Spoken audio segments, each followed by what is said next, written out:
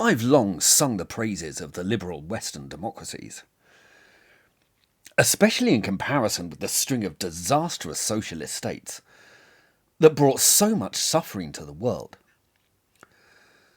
But recent years have seen me growing increasingly alarmed with the direction our societies are taking, because both the freedoms on which those states depend and our civilization itself are being eroded from within. There have been two main fronts in this attack. The woke culture of political correctness, primarily advanced by the radical left, and the more recent COVID restrictions, which are coming at us from all angles. I've been warning about where political correctness was heading for over 30 years now, and I was roundly mocked and abused for most of that time. But our current climate is even worse than the most pessimistic of my forecasts. If 10 years ago you had said that there would be a sharp rise in re-education modules in Newspeak and Wrongthink, then you would have been laughed at. But now, they're virtually compulsory in every school, office, and company in the West. Sensitivity readers police literature with draconian intolerance. The online fact-checkers act like a digital Stasi.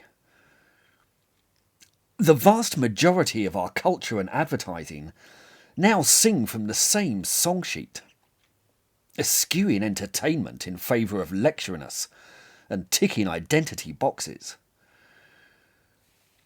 Millions of people, terrified of the consequences, self-censor their every thought and deed, bullied into a crippling silence by our woke commissars.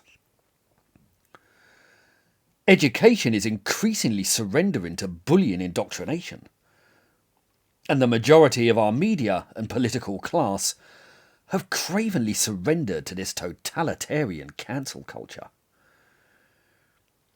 Countless numbers have been sacked, censored, dehumanised, threatened, attacked, and bullied into silence. The threat to free speech is massive, with this oppressive tide only being held back by those with the courage and independence to resist the tsunami of screaming intolerance unleashed by any resistance or deviation. The majority of our culture has taken on the same drab hue, and civil debate is a distant memory as society drifts into ever more isolated and hostile echo chambers.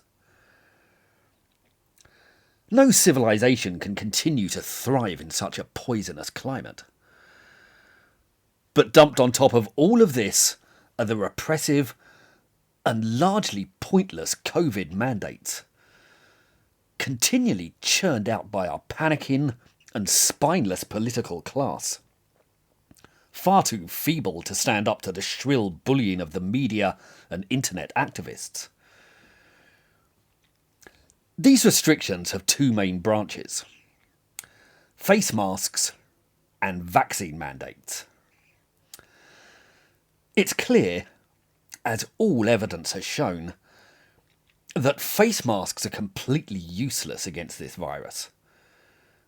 And they're supported by shrill individuals who'll mask up on the train, but not in an even more crowded pub, restaurant or theatre. Yet those same advocates will see no contradiction in such senseless behaviour at all. Look, I've got no problem with people who want to wear the masks, but they seem unable to perceive just how unbearable they are to the rest of us. Because they're not a minor inconvenience. They're dehumanising and controlling. If some people want to shuffle through life like shrunken and terrified mice, then that's their business. But for many of us, that prospect is simply intolerable, especially for something so manifestly pointless. If I thought masks did any good, I'd wear one without hesitation. But muzzling myself for no reason at all, apart from pleasing those who seek to bully and repress me, is no justification. It's an abominable imposition, only endured by most because of fear and the urge for compliance. And that's exactly how freedom dies. Face masks open the gateway for all the restrictions to follow. They are babies' dummies for grown-ups. For any true lover of liberty, these dehumanising muzzles are an intolerable imposition, especially after decades of bullying about incorrect jokes and opinions. That's already left us struggling under the yoke of opinion. Defiance in the face of such pressure is important. Indeed, it's the essence of life itself. Now, the vaccines are more complicated. As we can see here, the rate of deaths and hospitalisations plummeted after they were introduced. Unlike face masks, they are clearly effective. And they're clearly safe too. Hundreds of millions of people have taken the vaccine, with any side effects so rare as to be almost entirely inconsequential. But it's also clear that the vaccines do very little to stop the spread of infections. So little, in fact, that we shouldn't call them vaccines at all. They're a palliative, a medicine, but they certainly don't eradicate COVID. And the vaccinated are as likely to pass on the virus as the unvaccinated. It also seems clear now that natural immunity is an even more potent protective factor than the vaccine. So the unvaccinated may even be benefiting our societies, helping to build the herd immunity that may ward off or weaken future variants. As such, the restrictions proposed or already rolled out on those who refuse the jab cannot be justified. They may be a danger to themselves, if they happen to be in the vanishingly small percentage of the population that are vulnerable to COVID, but they're no greater danger to the rest of society than anyone else. Yet, once again, evidence has been deemed immaterial. An increasingly draconian legislation is being rolled out across the globe. In Austria, Germany, Australia, New Zealand, Italy, Ireland, Belgium, Holland, parts of America, the UK, and elsewhere, ever greater, more totalitarian restrictions are either being proposed or enshrined in law. Our political leaders are acting like nothing's changed since the virus first struck, like we haven't developed effective medicines, or like the costs of their ineffective policies aren't apparent. Yet it's the very definition of insanity to keep doing the same thing, while expecting different results.